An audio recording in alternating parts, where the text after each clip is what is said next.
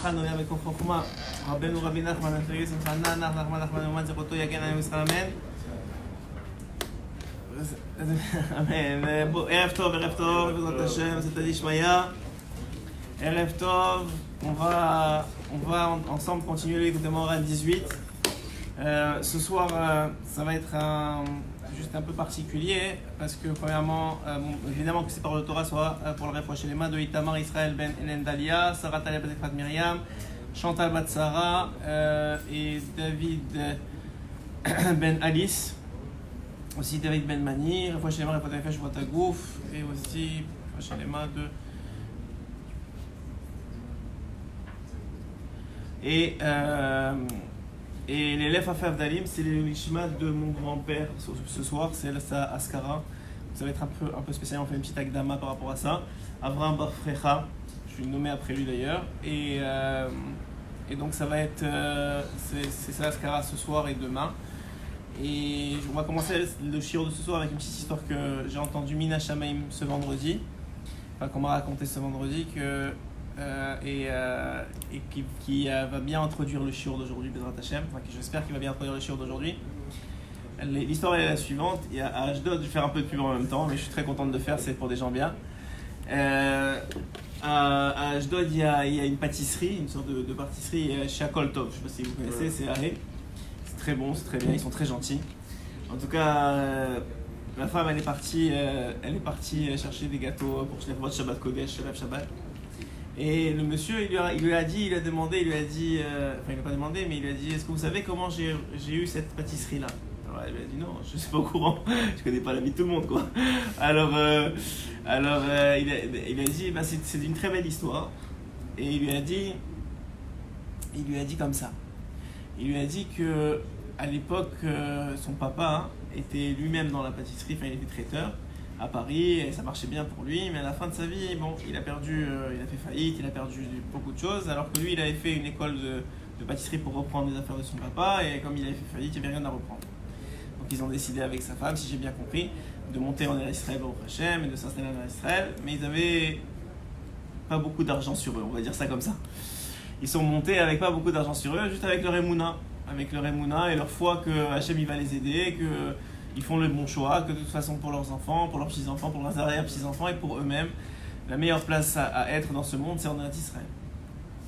Donc ils font ce choix-là, et ils montent en Eretz Israël, et puis arrivent en Eretz Israël, ils cherchent du travail, mais ça ne fonctionne pas, ils n'arrivent pas à trouver, les semaines passent, et le pécule il commence à devenir de moins en moins élevé, jusqu'à qu'il reste vraiment pratiquement rien.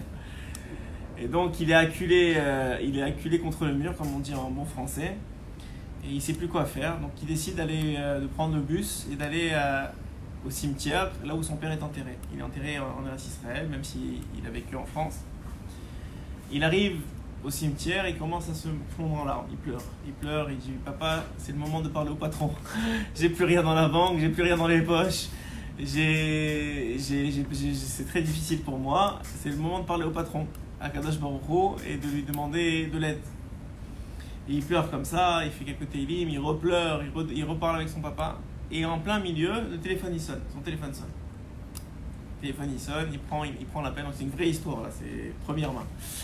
Il prend l'appel, il est encore sur le kéver, il prend l'appel et on lui dit oui, vous êtes monsieur, il s'appelle monsieur Berda, vous êtes monsieur Berda, oui j'ai reçu votre carte, est-ce que vous faites des gâteaux, des choses comme ça, vous êtes pâtissier? Oui, je suis pâtissier de formation. Il dit voilà, je cherche quelqu'un qui pour travailler pour moi, pour travailler avec moi. Il est sur le kéver maintenant. Alors déjà il voit la Dishmaya incroyable de la situation, vu qu'il est en train de prier maintenant sur le kéver de son papa. Et il lui dit, alors le monsieur qui est à l'autre bout du fil lui dit c'est quoi votre formation? Alors il dit j'ai fait une petite école à Paris. Il dit mais comment vous avez appris le métier? Il dit avec mon papa était traiteur à Paris. Il dit comment il s'appelle votre papa? Alors, si je me rappelle bien, il s'appelle Avraham Berda. Alors le monsieur il répond pas, il dit rien. Il dit est-ce que vous pouvez venir me voir aujourd'hui? Il dit oui, avec plaisir. Donc il quitte le cimetière en courant, on va dire, et il prend sa voiture et il va voir ce monsieur-là, là où il est maintenant, à Ashdod. Et il arrive chez ce monsieur-là et il lui dit quand est-ce que tu commences à travailler? Tu peux travailler demain? Alors il lui dit oui, mais ça veut dire vous m'avez pas demandé, vous m'avez pas vérifié, vous n'avez pas vérifié mes diplômes, rien. Je veux dire, je vais te raconter une petite histoire. Il y a plus de j'ai envie de dire plus de 50 ans de ça, ou 30, plus de 50 ans de ça. Mes parents, ils étaient très très beaux. Et moi, je devais faire ma bar mitzvah. Et ton papa, hein, il a tout fait gratuitement. Ton papa, il a fait le traiteur de toute la bar mitzvah gratuitement pour nous. Alors, j'ai pas besoin d'avoir ni référence, ni pas référence. Tu vas travailler pour moi, et Bezrat Hashem, ça va très bien aller. Il était sur les kévers du père. Alors moi, je sais pas ce qui s'est passé en haut, mais je me suis imaginé un peu, le père en train de prier à Kodesh Baruch Hu, que son fils il pleure sur son kéver, et qui dit, regarde, Hashem, j'ai peut-être une mitzvah que tu peux utiliser pour mon fils. Il y a peut-être quelque chose que tu peux faire. Et on voit que c'est rare de voir aussi bien la ligne se fermer. Moi, ça m'a donné un peu la chair de poule. Et pourquoi je vous raconte cette histoire? Parce que c'est la skara de mon grand-père. Et que mon grand-père, c'était quelqu'un de très très très spécial. Vraiment très spécial. Sans parler des Teilim tous les jours, sans parler du Zohar, sans parler de la Tfila tous les matins qu'il arrivait, etc. Mais c'était quelqu'un de très droit, très honnête. Il n'y a pas de la shonara dans sa maison. C'était des choses très très spéciales. Et j'ai toujours senti un grand kécher. Et même à la fin de sa vie, lorsqu'il avait Parkinson, dès qu'on venait le voir, malgré les tremblements, malgré les douleurs, il souriait, il était là pour t'accueillir comme si c'est lui comme si vraiment c'était lui qui te réconfortait, quoi. Donc que ce shiur-là il soit allé au Nishmato et que sa neshama elle monte encore plus au Canada, je suis sûr. Pourquoi je vous dis tout ça? Parce que c'est évident qu'on n'a aucun mérite aujourd'hui de faire tchouva, on n'a aucun mérite de revenir. Et si c'est pas des gens en haut qui prient pour nous et qui utilisent leur mérite pour nous, c'est évident, vu tout ce qu'on a fait comme bêtises avant d'arriver à la tchouva, et encore aujourd'hui tout ce qu'on se trompe dans nos vies, qu'il n'y a pas une autre façon d'y arriver ou une autre explication que celle-là. Alors, Rabbeinu, dans l'Écouté Moharan 18, c'est là l'Écouté Moharan où on est en ce moment, il avait commencé, pour ceux qui ne se rappellent pas, ça fait quelques semaines qu'on a fait l'Écouté Moharan. Oui. Alors, il commençait comme ça et il expliquait que toute chose a un but. Dans la vie, toute chose a un but. Des fois, les gens, ils ne se posent pas les bonnes questions, mais ils font les choses pour une raison. Alors, il donnait l'exemple d'une maison, si vous vous rappelez bien, je ne sais pas qui était là, mais il donne l'exemple d'une maison, que la maison, pourquoi tu l'as construite? Pour avoir un endroit où rester, ou un endroit où vivre, un endroit où te reposer. Alors là, dit Rabbeinu, il y avait une autre question qui se pose à ce moment-là, c'est pourquoi tu as envie de te reposer? Ah, parce que je suis fatigué, parce que j'ai du boulot. Ok, mais pourquoi tu travailles? Ah, parce que j'ai une famille, il faut que je m'en occupe. Ok, mais pourquoi tu t'en occupes? Et tu te poses des questions au fur et à mesure. Et idéalement, normalement, pour un juif, la dernière réponse, ça doit être parce que Hachem m'a demandé, parce que c'est la volonté d'Hachem. M'occuper de mes enfants, c'est la volonté d'Hachem. Faire des mitzvot, c'est la volonté d'Hachem. C'est ça le but ultime. Ça, c'est de notre côté à nous. Et Rabbeinu, il apprend de là que en vérité, toute chose a un but, et ce but-là, il est défini au début de la chose. C'est-à-dire dans la pensée première, il y a ce but-là. Des fois, on s'en rend pas compte, on fait les choses pour des mauvaises raisons. Mais le but, il est là, et c'est que seulement quand arrive la finalité mauvaise ou bonne qu'on réalise, ah oui, c'est pour ça que j'ai fait la chose. Mais comme cet homme-là, il est monté en Israël, il n'est pas monté pour faire de l'argent ou quoi, il est monté pour ses enfants. Donc il y avait un but à faire. Et tout ça, c'est pourquoi? Parce que Hachem il a demandé, parce que Hachem il sait qu'il nous a demandé, qu'il nous a dit c'est notre terre, c'est la terre où on va être bien. Donc ça, c'est de notre côté à nous, du côté de l'homme. Mais du côté d'Hachem, c'est aussi vrai. Que quoi? On avait dit dans l'écouté Moran précédent, le 17, que Hachem il a créé le monde avec une pensée première qui est celle d'Israël et du narat qu'il allait recevoir d'Israël. Et alors, Rabbeinu il va encore un petit peu plus loin, en tout cas il nous donne un autre sad à cette pensée-là, cette première pensée-là. Et il dit comme ça, il dit que la première pensée, en tout cas le but ultime, et on va le voir dans les mots, Veda, donc on est dans le bet, Veda, Shatachlit chez la Bria, donc le but de la création, Hu Shashua en Lamaba, c'est le délice du monde à venir. Donc un homme il dit, tu sais, pourquoi j'ai été créé, c'est pour ce monde-ci, c'est pas vrai. Le but qu'il a été créé, c'est pour qu'il puisse connaître Hachem, mais pas maintenant, au monde à venir. Tout ce monde-ci n'a été créé que pour ça. Donc en vérité, on comprend de ce qu'on a appris précédemment dans l'écouté Moran 17, que le vrai nachat qui va recevoir Hachem, c'est pas dans ce monde-ci, ça c'est juste une étape, c'est vraiment l'essence de ce que tu auras réussi à récupérer dans ce monde-ci, que tu vas pouvoir connecter au Olam Haba. J'avais expliqué, Rabbeinu avait expliqué déjà que malgré qu'un homme il fait tous les efforts du monde dans ce monde-ci, il y a des montées, il y a des descentes, il y a des moments où ça va bien, des moments où ça va moins bien.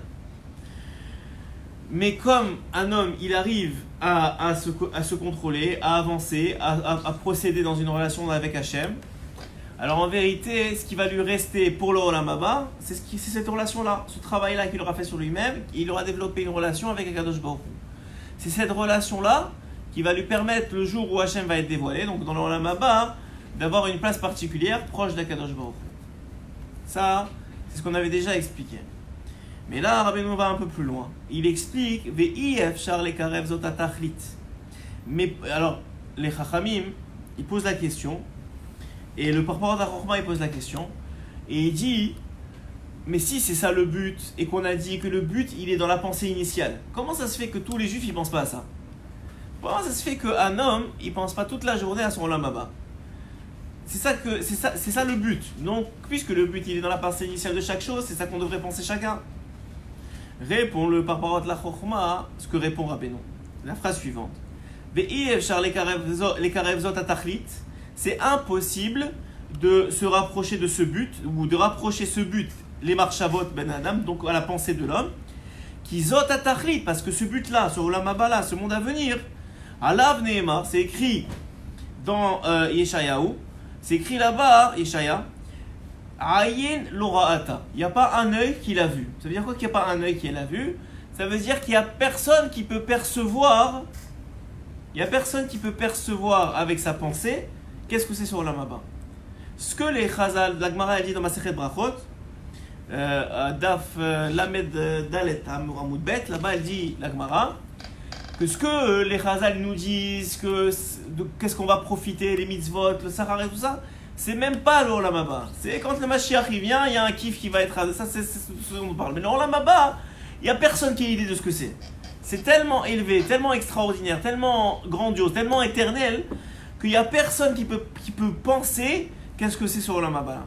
Donc, c'est pour ça que la Torah elle dit Ain Loraata, l'œil, il peut pas le voir. Mais Rabbeinu il ajoute Aval, mais il y a une personne ou quelques personnes qui peuvent sentir ou qui peuvent percevoir qu'est-ce que ça pourrait être le Olam Haba. Aval la tzadikim be'emet, mais les tzadikim en vérité, gam hem yecholim litpos be'marshavtam tachlit Olam Haba. Mais eux, ils peuvent être en mesure de saisir un peu de ce qu'on appelle ce Olam Haba là, ce monde futur là. Et chacun d'Israël, donc nous on n'est pas capable, mais les tzadikim eux ils sont capables. Les ficheurs chauds, on a dit que c'est comment ça marche. On avait raconté déjà dans un anecdote, écoutez moral, que comment marche le monde. Il y a des tzadikim qui contiennent en eux certaines neshamot d'Israël, et il y a un tzadik en particulier qui est l'un des 5 tzadikim de notre génération, qui est en vérité Moshe Rabbeinu.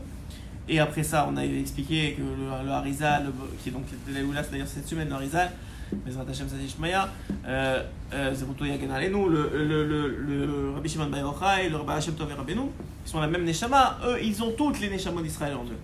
Mais chaque tzaddik, il a, en fonction de qui est attaché à lui, il a des Neshamot particulières. Et dit Rabbeinu Akadosh, qu'est-ce qu'il dit Rabbeinu? Il dit qu'en fonction de ta neshama, tu es attaché à un certain tzaddik. En plus d'être attaché au tzaddik à Emet. Ouais. Tu as un certain tzaddik. Et ce tzaddik-là, lui, il est capable de sentir. Il est capable de sentir le Olam Haba. Il est capable de comprendre c'est quoi. Alors à ce moment-là, puisque lui, il est capable et que toi, tu es attaché à lui, de lui, tu peux recevoir le tachlit. Donc la seule façon qu'un homme, écoutez bien, parce qu'on va créer on va faire un chemin ensemble ce soir. Juste dans ce hotbet, on va faire juste le hotbet ce soir, mais dans ce hotbet, il explique une composante extraordinaire de comment le monde il est fait. Il dit que ce tachlit là, normalement tout le monde devrait l'avoir, parce que c'est le but de toute finalité, mais qu'on ne peut pas l'avoir. Mais il y a certaines personnes qui peuvent l'avoir, qui s'appellent des tzadikim, qui eux ont un cadeau d'Hachem, qui s'appelle le tachlit, qui s'appelle d'arriver à avoir le tachlit. Et dit Rabbeinu Akadosh, mais comme chacun des juifs, il est attaché à un tzaddik. Alors lui aussi, il est capable par le fait de cet attachement-là, il va être capable de recevoir du tzaddik le tachlit. Mais comment? Alors il y a un secret. Comment il est capable de recevoir? Parce qu'il y a plein de façons de s'attacher au tzaddik. Ouais. Il y a le fait de lire ses écrits, il y a le fait de parler de lui, il y a le fait d'allumer une bougie en son honneur, il y a le fait de donner la tzedaka, l'ilou nishmato. Oui. Il y a le fait d'aller sur son kever. Tout ça, c'est des façons de s'attacher au tzaddik. Mais il y a une façon qui, elle, est une ségoula, on va dire, mais yuchedet, qui est quelque chose de spécifique au fait de pouvoir recevoir du tzaddik cette pensée du tachlit à chaque instant. C'est quoi cette façon-là, dit Rabbeinu Akadosh? Alors il finit la phrase qui fit hafarat hakaras verachamanu. Quand un homme, il a toutes les raisons du monde d'être en colère, de se mettre en colère, et que même la colère, elle a déjà atteint son cœur, et que déjà ses enfants ou le travail ou n'importe quoi, il a mis en sorte que Béhémet, il a toutes les raisons du monde d'être en colère, que n'importe qui au monde qui n'a pas de Torah en lui serait déjà tombé en colère et aurait déjà cassé la table ou jeté les verres ou insulté ou dit des mauvais mots ou n'importe quoi, oui? Dit Rabbeinu Akadosh, quand un homme il se retient de cette colère-là, il l'a en lui, mais il la met de côté. Et plus que ça, il la transforme en rachamanout. On avait déjà parlé de ce concept-là. D'être capable, au moment du karas, au moment de la colère, au lieu d'insulter, de donner des bénédictions. Au lieu de piquer avec un mot mauvais son enfant ou sa femme, etc., de voir le positif et de la complimenter. Alors que c'est pas le moment.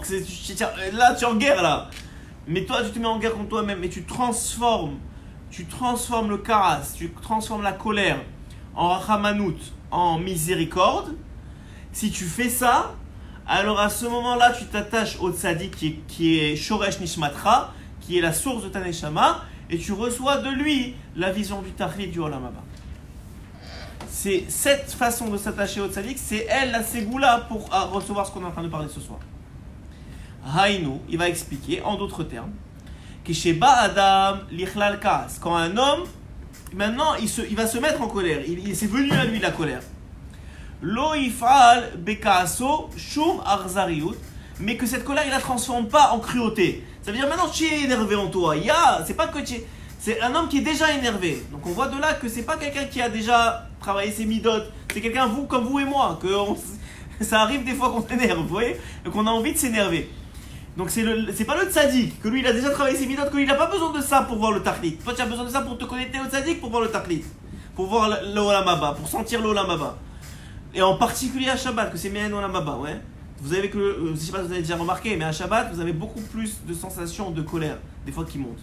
Et vous avez plus de raisons, vous êtes en famille, des fois c'est plus difficile. D'Afka pour cette raison-là, dit Rabbeinu Akadosh, que c'est le moment de sentir l'olam haba encore plus que les autres jours de la semaine. C'est le moment de transformer le karas en rachamanout, la colère, en miséricorde.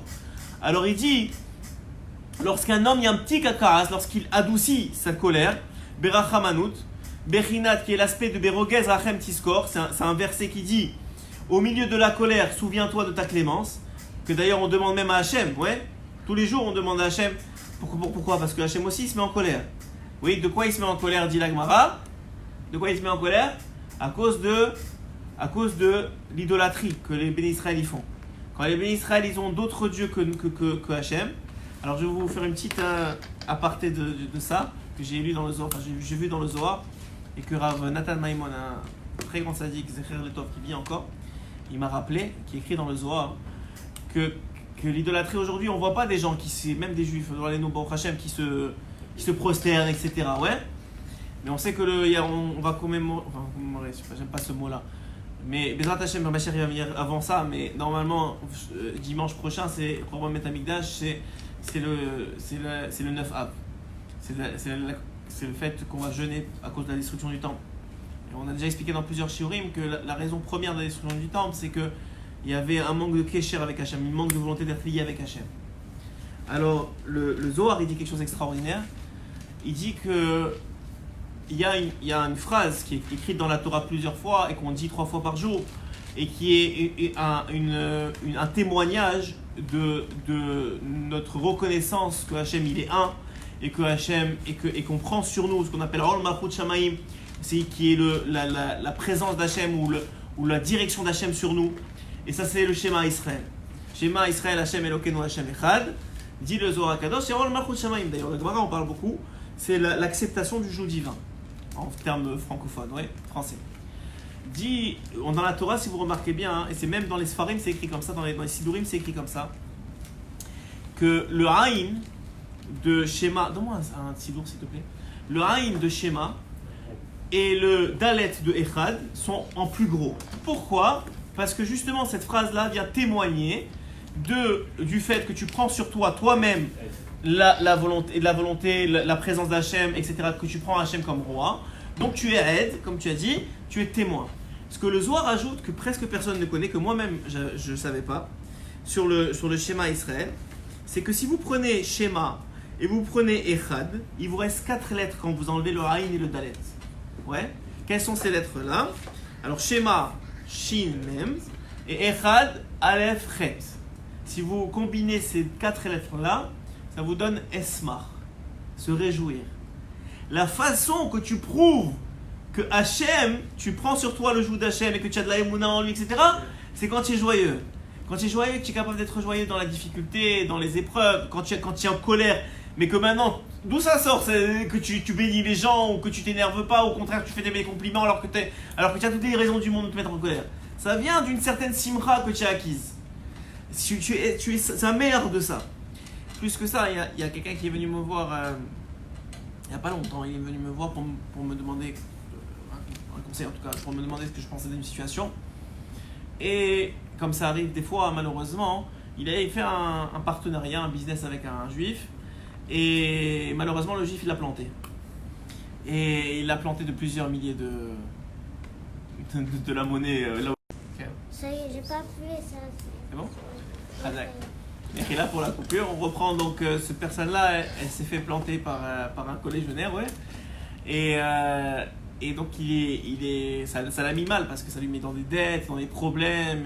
C'est pas une petite affaire pour lui. Et donc il vient me voir parce qu'il a la remma comme ça et il est pas bien.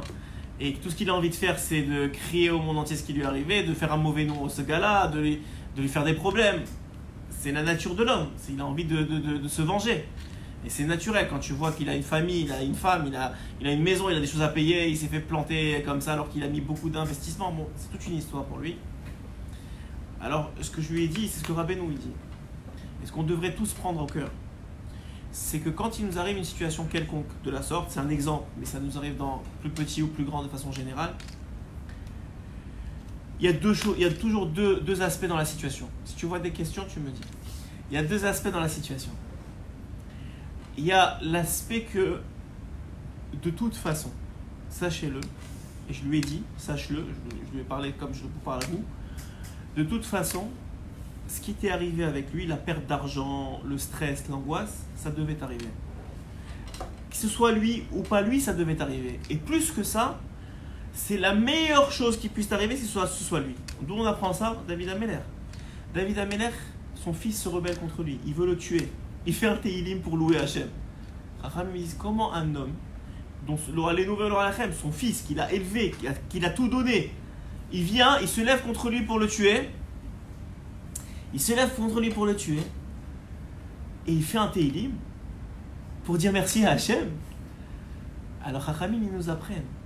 Parce que David Améler, il a dit, ça aurait pu être quelqu'un d'autre que mon fils, et je sais que mon fils, c'est la meilleure, ça devait arriver de toute façon. Il devait avoir quelqu'un qui se lève contre moi et qui me poursuit, qui veuille me tuer. Mais mon fils, c'est celui qui aura au moins le plus de rachmanout sur moi. Et c'est vrai, l'histoire nous rapporte que son fils, il avait l'occasion de le tuer, et qu'il a hésité, et que David Améler s'est enfui, et que ça lui a sauvé la vie. Donc on voit quoi, je lui ai dit, heureusement que c'est un juif. Cette même personne-là, pour sortir des dettes, il a dû emprunter à un mafieux. Ok ? Et il a dû emprunter à un mafieux. Et une semaine, il n'avait pas de quoi le rendre. Le mafieux, il lui a envoyé un noir. Il lui a cassé les côtes. Pour une somme de mineure. Pas les milliers de dollars qu'il avait en dette avec cette époque-là. Pour une somme mineure. Alors je dis quoi ? Tu réalises que si tu étais associé avec lui, c'est pas que tu aurais été planté d'argent. Tu aurais été planté de ta santé. Donc des fois on comprend pas, on comprend pas d'abord premièrement, on le dit à chaque fois, on sait pas ce qui s'est passé dans notre vie, on sait pas qui on a volé, qui on a triché, qui on a fait, pourquoi on est revenu, on sait pas tout ça. Et deuxièmement, il faut savoir que dans une situation elle t'arrive, il n'y a personne qui peut te faire quoi que ce soit, personne dans le monde. Quand une situation elle arrive une journée, c'est parce que la veille, Hachem, il y a des anges, il y a eu un tribunal, Hachem il a signé, il a dit ok je suis d'accord, que c'est la meilleure chose qui peut lui arriver dans la situation actuelle des choses, et que ça doit lui arriver, et je suis d'accord avec ça, et en vérité, c'est ça, et ça c'est la situation qui nous arrive à chaque fois. Maintenant, au Hachem. C'est que les mitzvot, on est dans bête. Tu réécouteras le début du shiur. Alors, 18 bêtes. Alors, et ça c'est une émouna shlema qu'on doit avoir. Maintenant, pas seulement cette émouna-là est suffisante, elle n'est pas suffisante. Non seulement tu dois être sûr que c'est Hachem qui a décidé ça et que ça serait arrivé, et tu dois dire merci sur le fait que c'était à travers cette personne-là et pas une autre, mais en plus de ça, tu dois prier pour que cette personne-là, elle ne se fasse pas punir à cause de toi. D'où on apprend ça? Encore une fois de David Ameller. Comment ça? David Ameller, à la fin de sa vie, les dernières minutes de sa vie, il appelle Shlomo Ameller. Il lui dit, il y a 2 personnes qui m'ont fait du mal et que je n'ai pas réussi à régler leur compte. S'il te plaît, occupe-toi d'eux une fois que je serai parti. Et effectivement, l'histoire raconte qu'il s'est occupé d'eux, il a en tout cas un en particulier, il n'a pas laissé sortir de Yerushalayim. Et quand il est sorti, il lui a dit, si tu sors, c'est toi qui te mets condamné à mort et tu mourras. Il est sorti de Yerushalayim parce qu'il courait après un esclave qui s'était enfui et il l'a tué. Demande Chazal, comment David Ameller, la seule chose qu'il a à dire quelques minutes avant sa mort, comme testament, c'est occupe-toi des 2 gars qui m'ont fait du mal. Je comprends pas, c'est David Ameller, c'est pas nous. C'est-à-dire, toute ta vie, tu as pensé à une vengeance et en plus, tu as attendu la veille de ta mort pour dire à ton fils, s'il te plaît, occupe-toi d'eux.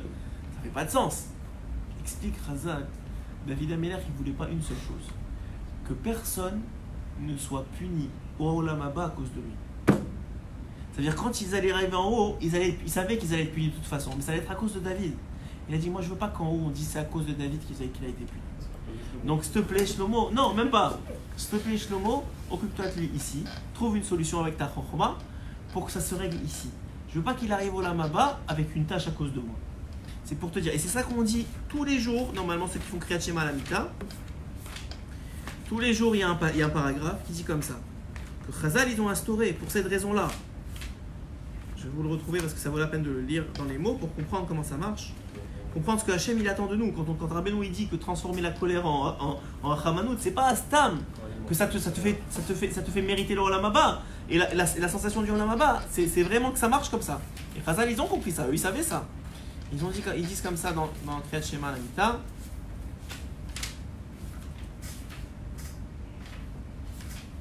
Et là, je n'avais pas préparé à l'avance. Aïe aïe aïe aïe. Même ça c'est calculé. Voilà. Kriyat Shema la Mita.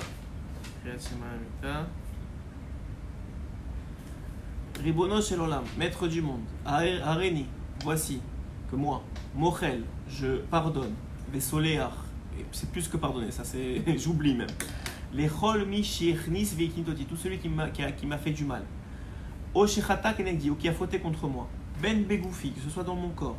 Ben bemamoni, que ce soit dans mon argent. Ben birvodi, que ce soit dans mon kavod, donc dans mon honneur. Ben bekol asherli, que ce soit dans tout ce que j'ai. Ben beones, qu'il l'ait fait sans faire exprès.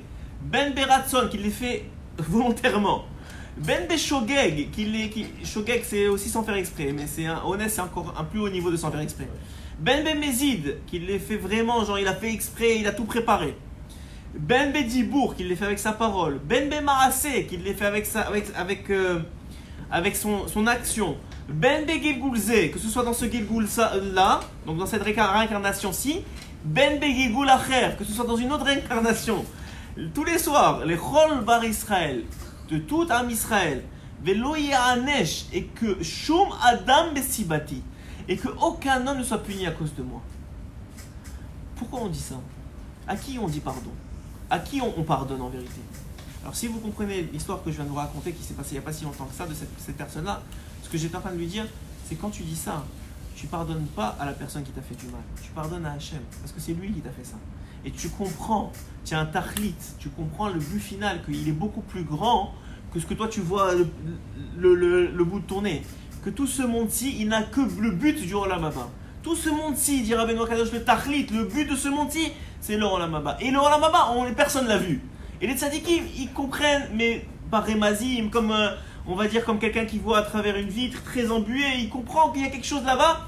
Et seulement grâce au fait que tu t'attaches au tzaddik, mais pas n'importe quel attachement on a dit, parce qu'il y a plein de façons de s'attacher, que tu t'attaches au tzaddik à travers le fait que quand tu as envie, quand tu as toutes les raisons du monde de te mettre en colère, tu transformes cette colère en Hamanout, c'est-à-dire en bénédiction, tu bénis la personne, ou comme ici maintenant, tu as toutes les raisons du monde d'être en colère contre la personne qui t'a fait du mal et de lui en vouloir, et que tu dis ça de tout ton cœur.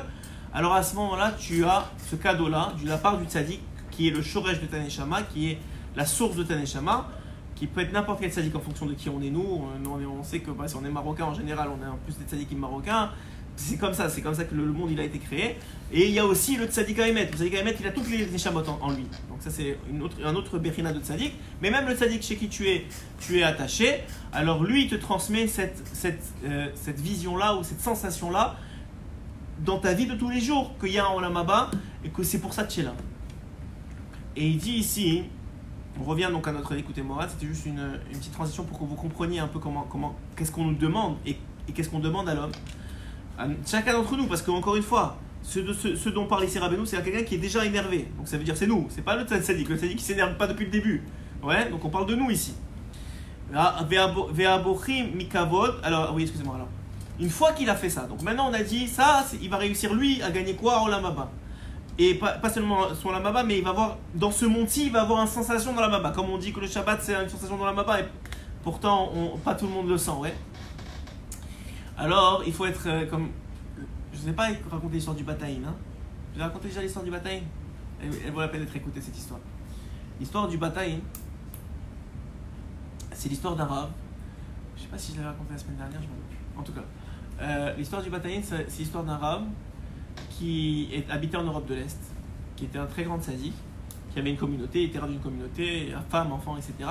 Mais il avait un amour particulier pour Israël. Il n'avait jamais été en Israël, mais il avait un amour de ses lectures sur Israël, ce que le Zohar il dit, que les yeux de la terre d'Israël, que les yeux d'Hachem sont sur la terre d'Israël du début à la fin de l'année, que la terre d'Israël c'est Bechinat Emouna, c'est Bechinat Ashkara Pratit, c'est la providence divine, c'est la Emouna, tout ça, tout ce que le Zohar et tous les Khamim ils disent sur la terre d'Israël.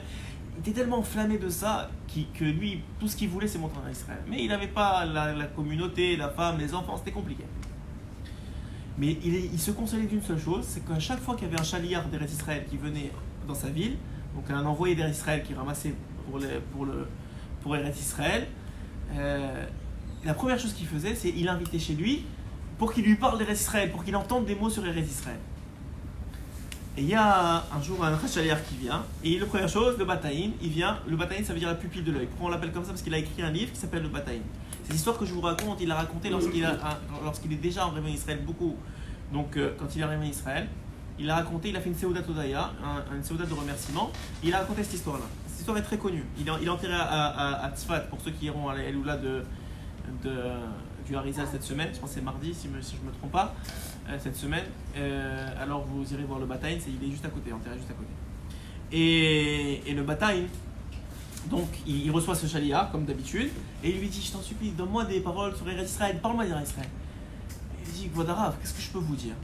La terre d'Israël est tellement kadosh que même les pierres y reflètent la lumière de Dieu. Il a entendu ça, ça lui est rentré au cœur. Il a dit: ça y est, Shabbat est fini, je prends mes affaires, je prends mon billet, on s'en va. Et ça lui est rentré. Il dit à sa femme: ça y est, je ne veux plus rien entendre. Il dit à sa communauté: ça y est, je ne veux plus rien entendre, je m'en vais. Il prend ses affaires, il prend le billet, il prend tout ça, il ramasse ses affaires. Ça lui prend quelques jours. Il prend le bateau, il s'en va, il fait plusieurs semaines de route. Et au bout de plusieurs semaines, il arrive en Eretz Israël. Il est heureux, il est content, il a tellement voulu ce moment-là. Mais il a un petit pincement au cœur. Pourquoi? Parce qu'il regarde les pierres et il ne voit pas la lumière de Dieu. Une journée passe, 2 journées passent, 3 journées passent, 4 journées passent. Il voit les pierres, il ne voit pas la lumière de Dieu. Alors il se dit: mais je suis sûr qu'il avait raison, ce chaliar. Sa parole, elle pouvait être que vraie, elle m'est rentrée directement au cœur. Mais je ne vois pas. Alors Hachem, il raconte cette histoire au moment de sa Seudat, donc du repas de remerciement qu'il a offert. Et il dit: Hachem m'a fait un miracle. en tout cas il m'a fait un grand cadeau, c'est qu'à Tzfat, donc il est monté à Tzfat durant sa Aliyah, il est parti s'installer à Tzfat, il a rencontré, il est tombé sur ce shaliach là. Donc il lui dit ah Baruch Hashem, comment ça va? Il lui dit ah Baruch Hashem, vous vous rappelez de moi? Oui, j'étais chez vous, Vodarav, comment ça va? Vous avez fait Aliyah? Il dit oui, sache que tu étais celui qui a fermé l'histoire, quoi, qui m'a convaincu. Alors il lui dit waouh, merci beaucoup, je suis très honoré, je suis très content, Mazal Tov. Le monsieur il veut partir, le chalier il veut partir. Il dit non, attends, reste ici. Tu sais qu'est-ce qui m'a donné la volonté de venir? Il a dit non, il a dit quand tu m'as dit que les pierres de la terre d'Israël, le parterre de la terre d'Israël, il reflète la lumière de Dieu. Il dit ah Baruch Hashem. Il lui dit mais ça fait quelques semaines, quelques mois que je suis là et j'ai pas vu ça. Alors le chalier il sourit, il regarde le bataille, il regarde le Rav. Il lui dit voilà Rav, mais pour voir il faut être zoré. Alors là il a pris comme tu sais, il a pris une claque. Il s'est reculé, il a dit c'est vrai, c'est évident. C'est pas parce que la lumière elle est là que j'ai le droit de la voir. C'est pas parce que la lumière est là. On te dit le Shabbat c'est Mi'ayin Olam Haba. Les gens qui fument, qui décident de faire Shabbat, demande-leur le premier Shabbat si c'était Olam Haba pour eux. Celui qui monte en Eretz Israël, on lui dit c'est Mi'ayin Olam Haba et qui commence à avoir un petit peu de difficulté. Dis-lui si c'est Olam Haba pour lui. Ouais. Alors à ce moment-là il a dit mais c'est pas parce que la lumière elle est là que moi j'ai le droit de la voir, que j'ai le droit d'en profiter.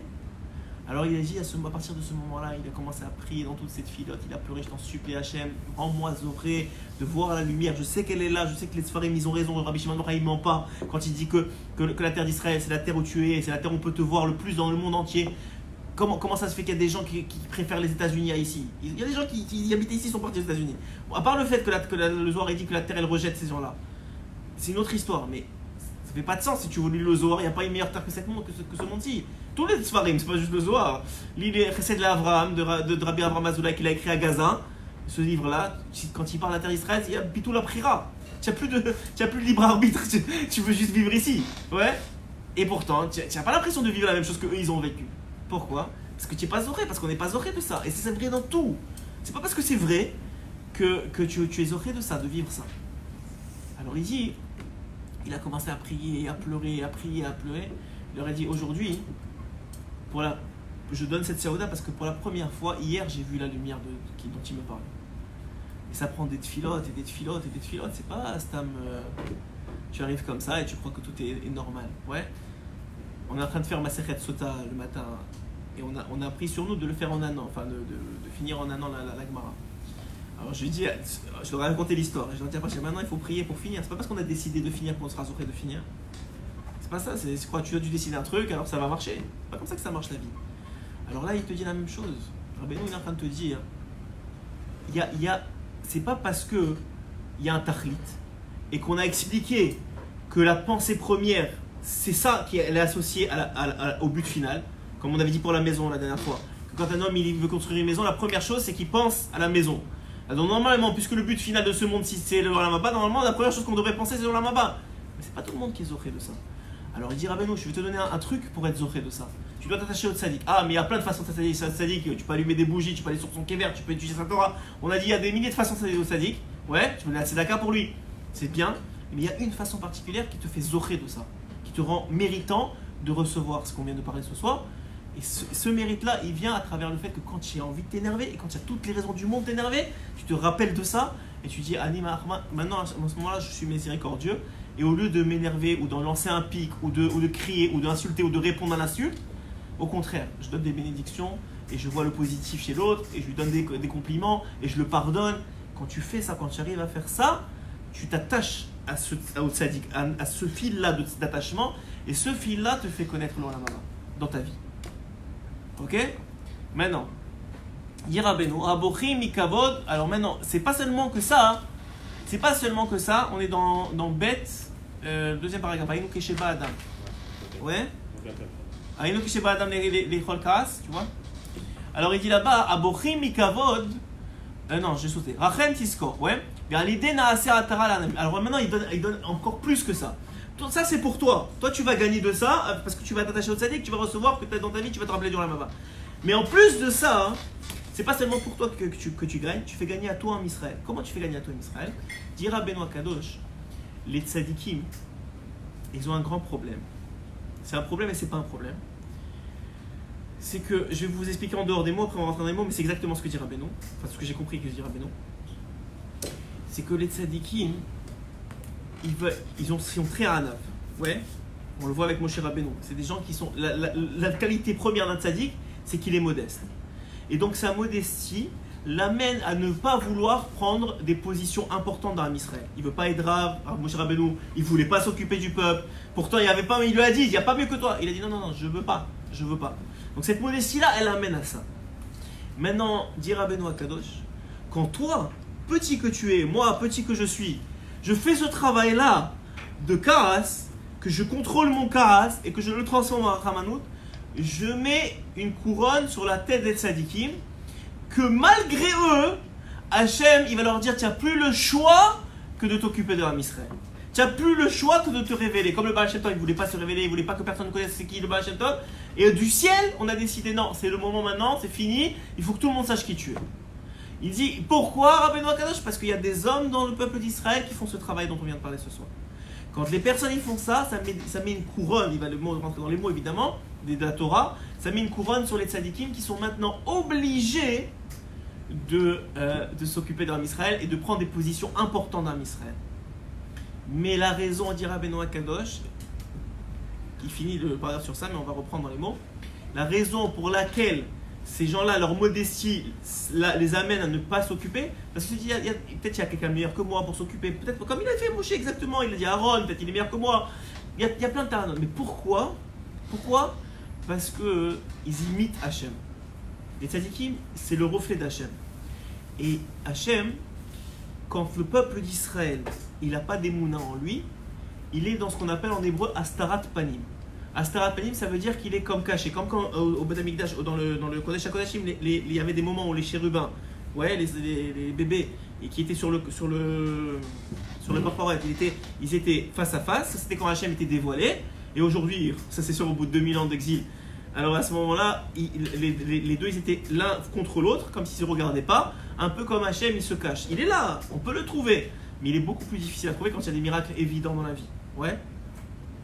Donc, dit Rabbeinu Akadosh, comme Hachem, lui, à cause du manque de Emouna que les béné Israël, ils ont en lui, écoutez bien comment c'est beau, comment il fait la boucle. Puisque les béné Israël, ils ont manque d'Emouna en Hachem, alors lui, il se met Béastarat Panim, il se cache de eux. Donc, par voie de conséquence, le tzaddik aussi se cache dans Am Israël pour qu'il imite. Mais quand il se cache à Hachem, c'est quelques secondes, mais le tzaddik, ça peut être des années. Ouais, c'est le vrai pour Mashiach aussi. Pourquoi il se cache? Juste parce qu'il y a un manque d'Emouna. Rabbeinu a dit que le Mashiach, quand est-ce qu'il va venir? Quand tu auras une Emouna complète. Quand toi, tu fais ce travail-là dont on a parlé depuis le début, que tu as toutes les raisons du monde d'être Karasan, de t'énerver, et que tu transformes contre ta nature cette chose-là en Rachmanout, qu'est-ce que tu prouves? Tu prouves ce qu'on vient de dire dans le Kriyat Shema. Tu prouves qu'il n'y a personne en face de toi. C'est pas cette personne-là, il n'y a que Hachem. Donc tu prouves ta Emouna.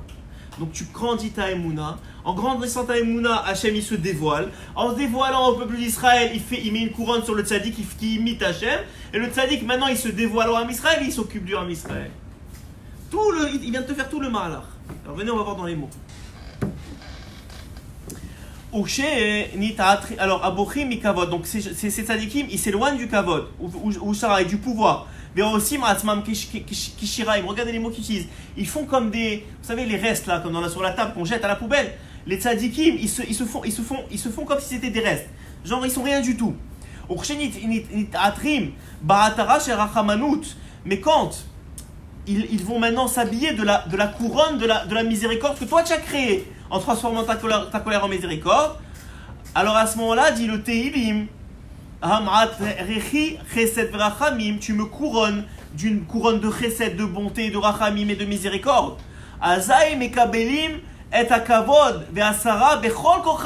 Malgré eux, ils vont recevoir maintenant le kavod, l'honneur et le pouvoir sur Am Israël. Et c'est très bien pour nous, parce que les tzadikim, c'est que pour notre bien qu'ils prennent ce pouvoir-là. Parce que s'ils ne sont pas là, c'est des gens qui ne devraient pas être là, qui prennent le pouvoir et le kavod. Oui. Alors il dit,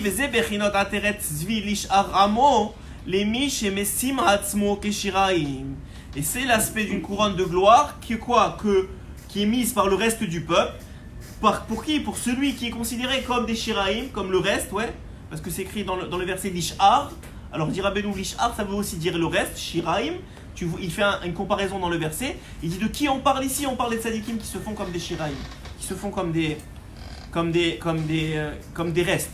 Qui disait à tzadik borear me'asacha ve'akavod ve'eno rotze le'anhig et al-olam, parce que le tzadik il veut pas s'occuper du olam. Vezo marshava. Et pourquoi il veut pas s'occuper du olam? Pourquoi il prend pas ses fonctions? C'est parce que Hachem lui-même, il se cache du monde, il se cache des bénis Israël. Et pourquoi il se cache des bénis Israël? À cause du manque de Emouna que Am Israël ils ont en lui. Qui les fira va kfira. Parce que quand la kfira, comment on dit la kfira en français? L'hérésie. Quand l'hérésie elle se lève dans le peuple d'Israël, dans le cœur d'un Am Israël, alors Hachem il se cache de nous. Ve'en rotzela nigotam, et il veut pas, et alors à ce moment-là le tzaddik lui-même il veut pas nous se dévoiler à nous et s'occuper de nous et nous diriger et nous conseiller. Ve'astara azot hi bechinat ka'aso ve'achanun papo abal ida avodat elilim, et ça vient à cause de quoi? On sait que le kaas, le principal kaas, c'est à cause de quoi? C'est à cause de l'idolâtrie. Et on sait que la Gemara elle dit que quoi? Que le kaas c'est une forme d'idolâtrie. Qui tu idolâtres? Toi-même. On l'a dit souvent que la colère c'est une forme d'idolâtrie sur soi-même. Ouais.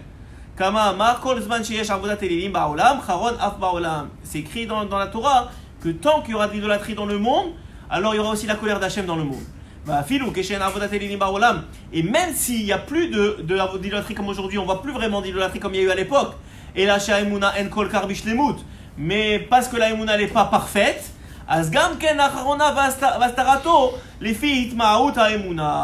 puisque la Emouna n'est pas parfaite, c'est une forme d'idolâtrie, même un petit niveau, et quand même, ça va faire les mêmes effets. Et même si c'est un seul instant de colère, que Hachem il a, que Moshe Katou Batelim, que Bilam il connaissait ce moment-là. Oui, c'était la seule chose qu'il connaissait, ouais. C'est le moment de colère. Que Moshe Katou qui rega, dans les Télim c'est écrit qui a égar Beapo. C'est écrit car sa colère ne dure qu'un instant. À ce moment-là, c'est comme s'il y avait de l'idolâtrie. Mais s'il n'y a pas d'idolâtrie, mais il y a quand même du manque de Emouna, ce qui est notre forme d'idolâtrie aujourd'hui. Même le tzaddik, il ne sait pas pourquoi. En vérité, quand il y a de l'idolâtrie, c'est quoi la différence entre l'idolâtrie et le manque de Emouna? C'est quand il y a l'idolâtrie, le tzaddik, il sait pourquoi il doit se cacher. Il y a de l'idolâtrie, qu'est-ce que je vais leur dire à ces gens-là? Mais quand il n'y a pas d'idolâtrie, qu'il y a juste un manque de Emouna chez nous en Hachem, le tzaddik, il ne sait même pas pourquoi, il ne sait même pas comme Moshe Rabbeinu, il ne sait même pas pourquoi il ne veut pas s'occuper de nous. Il ne sait même pas pourquoi il ne veut pas se dévoiler. Mais il sait qu'il ne veut pas se dévoiler. Il dit c'est parce que c'est à cause du manque d'Emouna. Mais quand le kourou, quand donc la colère, elle vient chez les tzadikim. Donc chez Hachem en vérité, alors sur les tzadikim, ils se cachent de nous. C'est pour ça que c'est très difficile. C'est la même chose pour Mashiach. Il se cache de nous. Donc plus on va grandir en notre émouna, plus on va avoir confiance en Hachem, plus on va prouver notre confiance par nos comportements et en particulier par le fait qu'on contrôle notre colère, plus on va faire venir le Mashiach.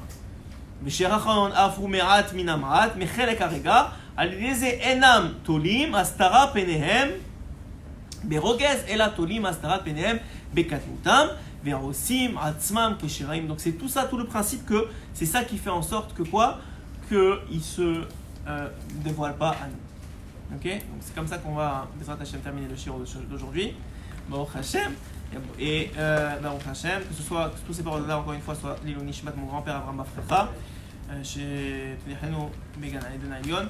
Et on va continuer Bezrat Hashem. Mais vous savez déjà, juste avec ce shiur-là, combien il est important pour un homme, et on sait combien aujourd'hui, surtout je vous ai dit même Shabbat en particulier, mais de façon générale, combien les raisons de colère sont importantes. On voit maintenant des enfants qui se mettent en colère de façon disproportionnée, des enfants qui ont même pas de date, et ils se mettent en colère contre leurs propres parents des fois. Tu vois des trucs, tu te dis mais d'où ça sort? Tu vois de là, on approche la venue du Mashiach, juste une seconde, on approche la venue du Mashiach, et c'est d'Afka ce travail-là qu'il faut faire en particulier. C'est un travail de Emouna de façon générale, mais dans ce shoresh-là, du kaas, de faire attention d'être capable de se contrôler par rapport à ça. Chacun avec beaucoup de Siyata. Je vous ai dit, comme le bataïn, même si on a étudié, on n'est pas zoré parce qu'on a étudié. On est zoré d'une chose quand on étudie, on est méritant d'une seule chose quand on étudie, on est méritant de savoir sur quoi prier. C'est ça l'étude. C'est on sait maintenant qu'est-ce qu'il faut prier. Il faut prier à Hachem, je t'en supplie, fais en sorte que j'arrive au moment des colères de me contrôler, de transformer en Hamanout pour que je puisse mettre la couronne sur la tête des tzadikim comme tu nous l'as enseigné et que je puisse faire en sorte que toi tu te dévoiles et que comme ça les tzadikim se dévoileront et ils seront manhik sur nous. Tout ce qu'on vient de dire, vous le transformez en tefila. C'est ça la Torah. La Torah, elle vient pour nous apprendre sur quoi prier. Dit la Gemara, celui qui prie, celui qui étudie sans prier, il n'arrivera pas à appliquer ce qu'il étudie, ou que très peu. Et celui qui prie sans étudier, il est tipèche, parce qu'il ne sait pas sur quoi prier. Donc ce qu'on vient de faire aujourd'hui, on vient d'apprendre sur quoi prier pour cette semaine. Hazak Ovar. Si tu peux juste... si tu peux juste éteindre ça.